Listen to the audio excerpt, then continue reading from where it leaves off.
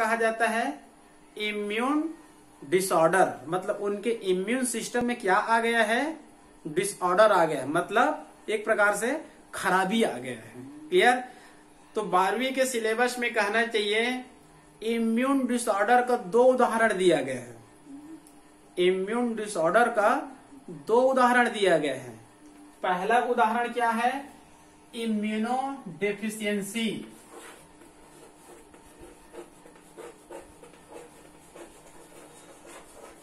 पहला उदाहरण है immuno deficiency.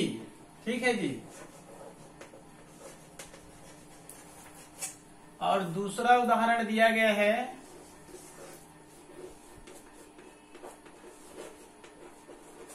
Ads. Immune disorder का 2 उदाहरण दिया गया है। पहला क्या है, इम्यूनो डेफिशिएंसी। डेफिशिएंसी मतलब होता है कमी। डेफिशिएंसी मतलब क्या होता है, कमी।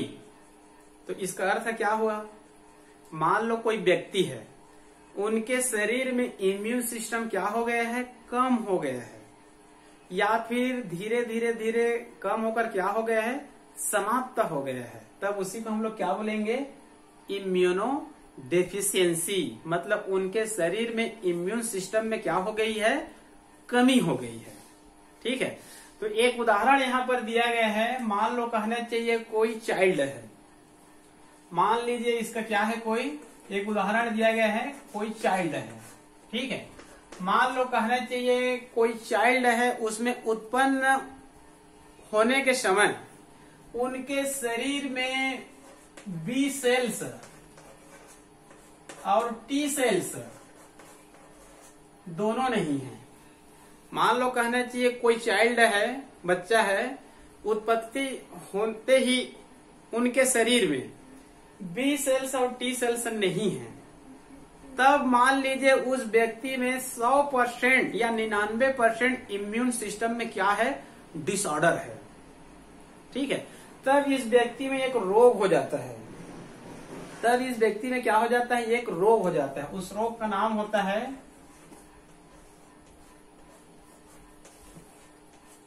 सीड। इसको क्या पढ़ा जाता है, सीड। एस का यहां पर उपयोग नहीं होता है। ठीक है। इसकी कमी हो जाएगा, तब क्या रोग हो जाएगा, सीड नामक रोग हो जाएगा।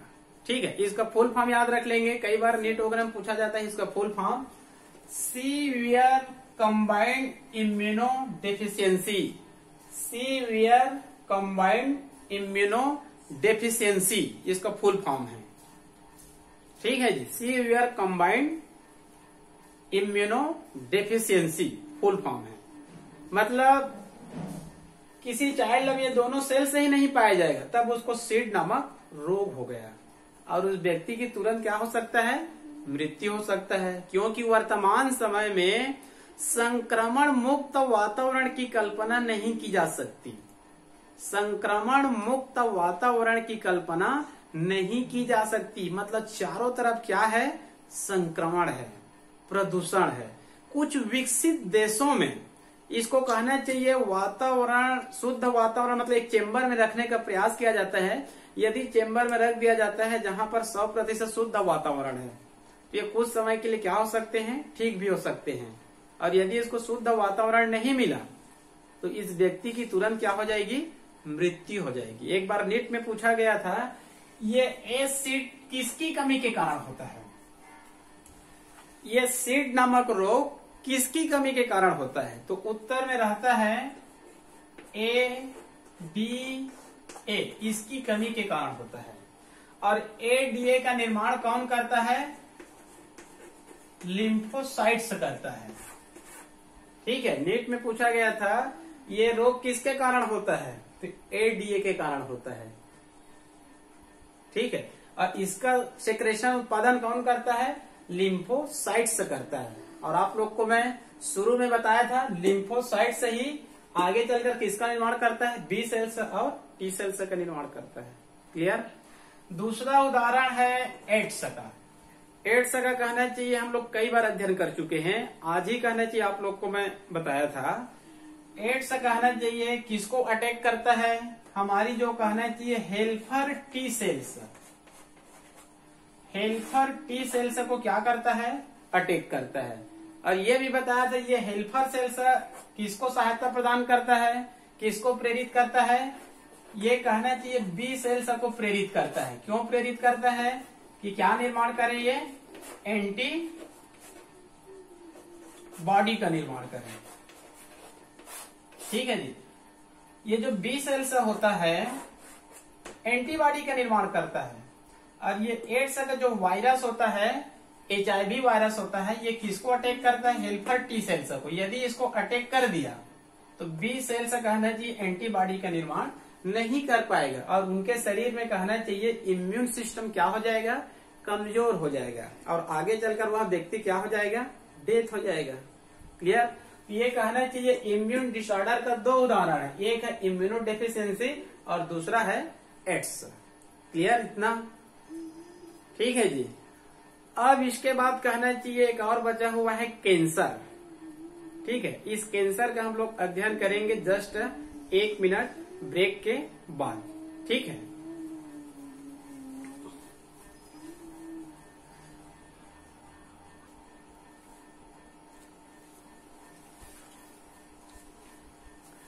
अब हम लास्ट में अध्ययन करेंगे कैंसर। ठीक है जी। एड्स और कैंसर दोनों कहना चाहिए लाइलाज रोग है। आज तक एड्स और कैंसर दोनों का कहना चाहिए कोई भी मेडिसिन नहीं आया है और न ही कोई भी कहना चाहिए वैक्सीन भी नहीं आया है। ठीक है। तो यहाँ पर अध्ययन करेंगे हम लोग कैंसर। कैंसर का एक लाइन का परिभाषा बता रहा हूं मैं। कैंसर का शाब्दिक अर्थ होता है कोशिका का अनियमित विभाजन, कोशिका का अनियमित विभाजन होना। जैसे कि मान लो कहना चाहिए कोई व्यक्ति को कैंसर नहीं है तो उनकी कोशिका में हमेशा क्या होगी, नियमित विभाजन होगा। मतलब 1 से 2, 2 से 4, 4 से 8, 8 से 16, 16 से 32, 32 से 64, 64 से 128, 128 से कहना चाहिए 256। मतलब नियमित रूप से विभाजन होता रहेगा। और जब मान लो कहना चाहिए उसी कोशिका में अनियमित विभाजन हो जाता है, मतलब 1 सेकंड में लाखों बार विभाजन हो जाता है, तो वहां पर क्या बन जाएगा, एक कोशिका का गुच्छा, कोशिका का एक गांठ बन जाएगा। उसी को क्या कहा जाता है, कैंसर कहा जाता है। ठीक है जी। कैंसर की परिभाषा क्या है, कोशिका का अनियमित विभाजन होना और वहां पर कोशिका का एक गुच्छा बन जाना, कोशिका का एक गांठ बन जाना, क्या कहलाएगा, ये कैंसर कहलाएगा। क्लियर। कैंसर को कहना चाहिए ट्यूमर भी कहा जाता है। कैंसर को क्या कहा जाता है, ट्यूमर या गिल्टी भी कहा जाता है। सामान्यतः जो कैंसर होता है हमारे शरीर के प्रत्येक आर्गन में पाए जाने की संभावना है। मतलब उन आर्गनों में पाए जाने की संभावना है जिन आर्गन की कोशिकाओं में क्या होता है, सेल डिवीजन होता है। ठीक है। तो ये देखा गया है हमारे शरीर में लीवर और ब्रेन, यकृत और मस्तिष्क में होने की संभावना कम होती है, क्योंकि इनकी वयस्क कोशिकाओं में, एडल्ट सेल में सेल डिवीजन की क्षमता क्या होती है, बहुत ही कम होती है या फिर नहीं होती है, जिसके कारण लीवर और ब्रेन में कहना चाहिए कैंसर होने की संभावना कम होती है। लेकिन आजकल हम लोग कई बार न्यूज में सुनते हैं, अखबारों में पढ़ते हैं कि लीवर का कैंसर हो गया, ब्रेन का भी कैंसर हो गया। ठीक है। लेकिन पुस्तकों में ये लिखा रहता है इनकी एडल्ट सेल में सेल डिवीजन नहीं होता है, जिनके कारण इन दोनों आर्गनों में सामान्यतः कैंसर नहीं होता है। क्लियर। फैलने की विधि के आधार पर ये ट्यूमर 2 प्रकार से हो सकता है। फैलने की विधि के आधार पर ये ट्यूमर कितने प्रकार का हो सकता है, 2 प्रकार का हो सकता है। ठीक है। पहला कहना चाहिए कैंसर हो गया। कैंसर को कहना चाहिए हम लोग क्या बोलते हैं, ट्यूमर भी बोलते हैं या फिर कहना चाहिए गिल्टी भी बोलते हैं। ये गिल्टी या ट्यूमर अधिकांश ठोस रूप में पाई जाती है। उसके बाद है टाइप्स ऑफ ट्यूमर।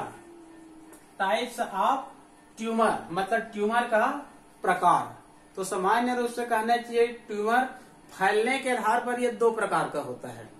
पहला होता है फैलने के आधार पर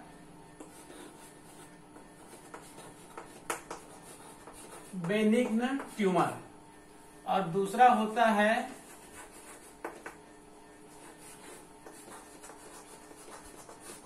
मेलिग्नेंट ट्यूमर। फैलने की विधि के आधार पर ट्यूमर दो प्रकार से, एक है बेनिग्न और एक है मेलिग्नेंट ट्यूमर। ये कहना चाहिए ज्यादा डेंजरस नहीं होता है। बेनिग्न कहना चाहिए ट्यूमर ज्यादा डेंजरस नहीं होता है। इस कारण नहीं होता है क्योंकि ये जिस आर्गन में होता है ये उसी आर्गन में ही होता है, दूसरे आर्गन में फैलाने का कार्य नहीं करता है। ठीक है, मान लो कहना चाहिए पेनक्रियास में हो गया, मान लो छोटी आंत में हो गया, मान लो प्रोस्टेट ग्लैंड्स में हो गया, तो ये वहीं पर रहेगा, दूसरे ऑर्गनों में फैलाने का कार्य नहीं करेगा, जिसके कारण ये पहले वाले कहना चाहिए जो बेनिग्न होती है वो कहना चाहिए कम डेंजरस होती है। क्लियर। उसके बाद है दूसरा मेलिग्नेंट। ठीक है, ये कहना चाहिए फैलने की विधि के आधार पर ये बहुत ही डेंजरस होता है क्योंकि ये जिस ऑर्गन में होता है ये उसी ऑर्गन में नहीं होता है। जब परिपक्व अवस्था में होती है तो इनका ट्यूमर या गिल्टी ये गिरने लगती है, गल कर गिरने लगती है और ब्लड सर्कुलेटरी सिस्टम के माध्यम से पूरे शरीर में कहना चाहिए फैला सकती है। जिस ऑर्गन में हुआ परिपक्व होने पर इनकी जो कहना चाहिए ट्यूमर होता है, गिल्टी होता है, गल कर गिरने लगती है और ब्लड सर्कुलेटरी सिस्टम के माध्यम से जिस ऑर्गन में जाता है उसके सेल्स को क्या कर देता है, उत्तेजित कर देता है। मतलब इसके कारण संपूर्ण शरीर में क्या हो सकता है, कैंसर या ट्यूमर हो सकता है, जिसके कारण इसको मेटास्टेटिक भी कहा जाता है। इसका दूसरा नाम क्या दिया गया है, मेटास्टेटिक भी इसको कहा गया है। क्लियर।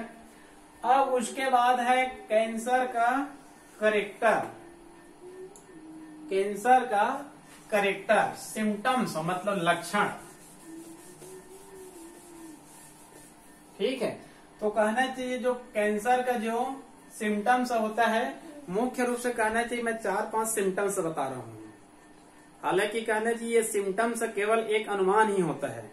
अधिकांश रोगों का जो लक्षण होता है आजकल केवल एक अनुमान ही बन गया है, केवल वो टेस्ट से ही पता चलता है। जैसे हम लोग बोलेंगे एड्स के जितने भी लक्षण आप लोग पुस्तक में पढ़ेंगे तो अधिकांश लक्षण किसी न किसी व्यक्ति में मिल जाएगा। इसका मतलब ये नहीं है कि उसको एड्स है। उसके लिए कहना चाहिए पहले क्या किया जाएगा, एलिसा टेस्ट किया जाएगा, फिर उसके बाद कंफर्मेशन के लिए साउथर्न ब्लॉटिंग टेस्ट किया जाएगा।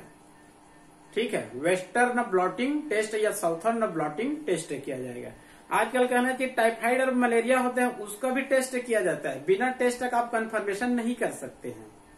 उसी प्रकार से कैंसर है कि नहीं है, यदि जिस ऑर्गन में कैंसर है उसको कहना चाहिए काट कर मुंबई उसको भेजा जाता है कि उस ऑर्गन में जो कोशिका है वो कैंसर सेल है कि नहीं है। तो केवल ये सिम्टम्स है, लक्षण है। ठीक है, 4-5 लक्षण बताता हूँ। पहला लक्षण ये होता है कि जहां पर जिस ऑर्गन में भी होता है ये असाधारण गांठ के रूप में पाई जाती है और ये दर्द विहीन होती है। असाधारण गांठ के रूप में पाई जाती है और जनरली तौर पर वो दर्द विहीन होते हैं, मतलब उसमें दर्द नहीं होता है। ठीक है जी, दर्द रहित गांठें का बनना, इसमें दर्द नहीं होती है, इसी कारण हम लोग उस पर ध्यान नहीं देते हैं कि ये ठीक हो जाएगा, इसमें तो दर्द नहीं है। लेकिन कैंसर का मेन लक्षण होता है दर्द विहीन गांठें का बनना, असाधारण गांठें का बनना। क्लियर। दूसरा लक्षण होता है किसी व्यक्ति में कैंसर है तो उनकी घाव आसानी से ठीक नहीं होते हैं। अल्सर इलाज कराने के बाद भी ठीक नहीं होते हैं, घाव नहीं भरते हैं, अल्सर इलाज कराने के बाद भी ठीक नहीं होते हैं। शरीर में कहना चाहिए जो तिल होते हैं, चकत्ते होते हैं, मस्से होते हैं, इसमें अचानक से रंग और आकार में परिवर्तन होने लगता है। हमारे शरीर में जो तिल, चकत्ते, मस्से, तिल होते हैं उनके आकार और रंग में अचानक से परिवर्तन होने लगते हैं। महिलाओं में एक और लक्षण होता है, उसमें कहना चाहिए बार बार रक्त स्त्राव होने लगता है। मतलब मेंस्ट्रुएशन साइकिल खत्म हो जाने के बाद भी उसमें बार बार कहना चाहिए रक्त स्त्रावित होते रहते हैं, तो ये सब क्या है, ये कैंसर का लक्षण है, सिम्टम्स है।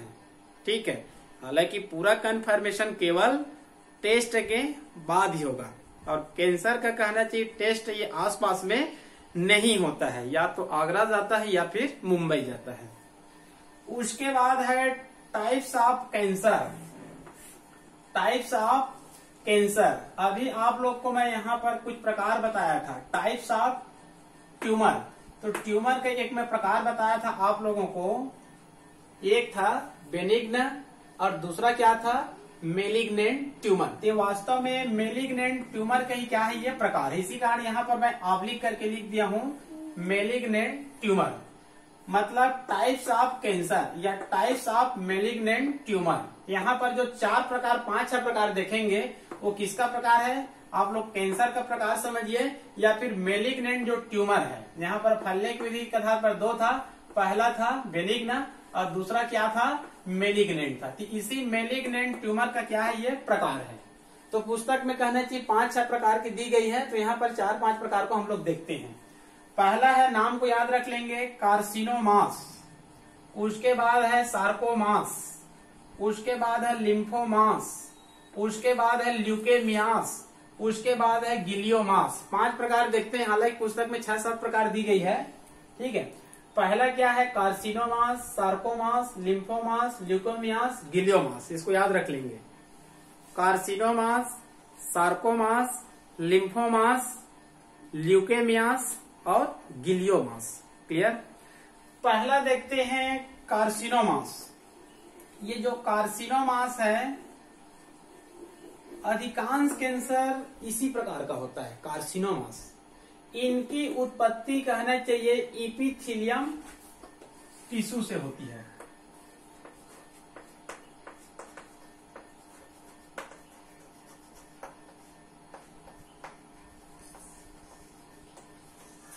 ये जो कहना चाहिए पहला प्रकार है कार्सिनोमास, इनकी उत्पत्ति कौन से टिश्यू, कौन से सेल से होती है, इपिथेलियम टिश्यू से इनकी उत्पत्ति होती है। ठीक है, और ये किस रूप में पाई जाती है, ठोस गिल्टी के रूप में पाई जाती है।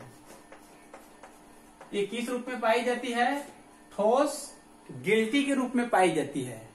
और ये पूरे कैंसर का लगभग 85% कैंसर इसी प्रकार से होता है, कार्सिनोमास। मतलब मानव में जितने भी कैंसर के होते हैं उनमें सबसे अधिक किस प्रकार के कैंसर होते हैं, कार्सिनोमास प्रकार की। इनकी उत्पत्ति इपिथेलियम टिश्यू से होती है और ये ठोस गिल्टी के रूप में पाई जाती है। और पूरे कैंसर के 100% में से 85% कैंसर कार्सिनोमास का होता है। क्लियर, मतलब शरीर के किसी भी आर्गन में हो सकता है ये। क्लियर। उसके बाद है दूसरा सार्कोमास। ये जो सार्कोमास होता है ये भी कहना चाहिए ठोस गिल्टी के रूप में ही होता है। ये जो सार्कोमास होता है ये भी किसके समान होता है, ठोस गिल्टी के ही समान ही होता है। ठीक है, और ये मुख्य रूप से किसमें होती है, ये अस्थि उपास्थि मसल्स में। ये मुख्य रूप से किसमें होती है, अस्थि उपास्थि और जो मसल्स मतलब पेशियां, इसमें होती है मुख्य रूप से। सार्कोमास भी ठोस गिल्टी के रूप में पाई जाती है और ये मुख्य रूप से किसमें पाई जाती है, अस्थि उपास्थि पेशियों में पाई जाती है, मसल्स में पाई जाती है। क्लियर। उसके बाद कहना चाहिए, ये दोनों तो नाम से क्लियर है। ये जो कहना चाहिए लिम्फोमास है, मान लीजिए हमारे शरीर में लिम्फोसाइट्स की मात्रा आवश्यकता से ज्यादा हो गया, तब कौन सा कैंसर हो जाएगा, लिम्फोमास। ये किसका सेक्रेशन करता है, वास्तव में बी सेल से टी सेल से का, स्प्लीन का भी, लिम्फ नोड्स का भी, लेकिन इनकी मात्रा बहुत ज्यादा हो जाएगा तो लिम्फोमास नामक कैंसर हो जाएगा। ल्यूकेमियास, ल्यूकेमियास का कहना चाहिए दूसरा नाम होता है WBC, व्हाइट ब्लड कार्पल्स। इसका दूसरा नाम होता है ल्यूकोसाइट्स। तो WBC की मात्रा कहना चाहिए हमारे शरीर में क्या हो जाती है, बहुत ज्यादा हो जाती है। WBC की मात्रा हमारे शरीर में कितनी होती है? 5 से 9,000 प्रति क्यूबिक मिलीमीटर। 5 से 9,000 प्रति क्यूबिक मिलीमीटर। अब इनकी मात्रा कहना चाहिए, मान लो 16,000 हो गया। हम लोग बोलते हैं WBC रोग प्रतिरोधक क्षमता को बढ़ाने का कार्य करता है, ठीक है। तो WBC की मात्रा हम लोग बोलेंगे 9,000 क्यों है? रोग प्रतिरोधक क्षमता बढ़ाता है तो ये 16,000 होना चाहिए, 20,000 होना चाहिए, ताकि हमारे शरीर का इम्यून सिस्टम और अधिक क्या हो जाए? स्ट्रांग हो जाए। तो ऐसा नहीं है।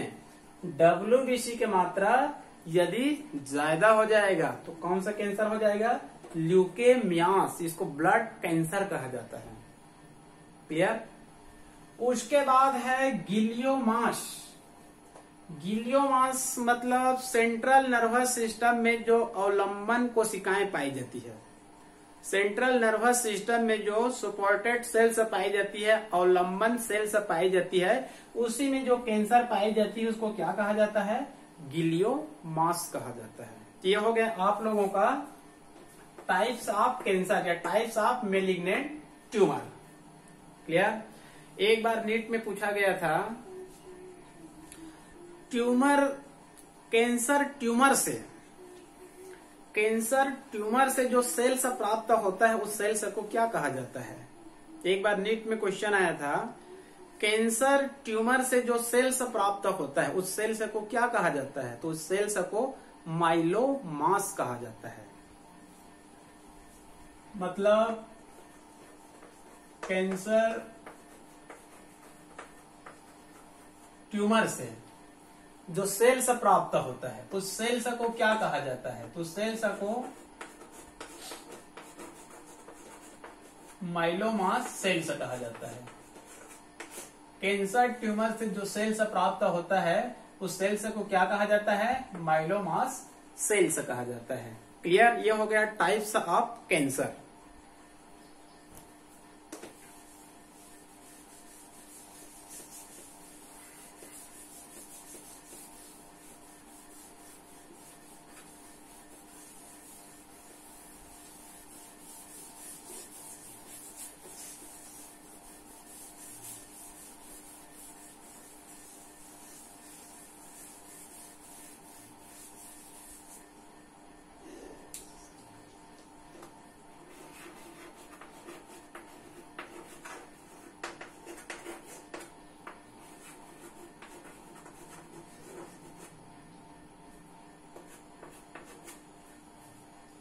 कॉसेस ऑफ कैंसर, कैंसर का कारण। कैंसर क्यों होता है? कैंसर क्यों होता है इसका आज तक कहना चाहिए 100% सही जानकारी नहीं है, लेकिन अधिकांश वैज्ञानिकों ने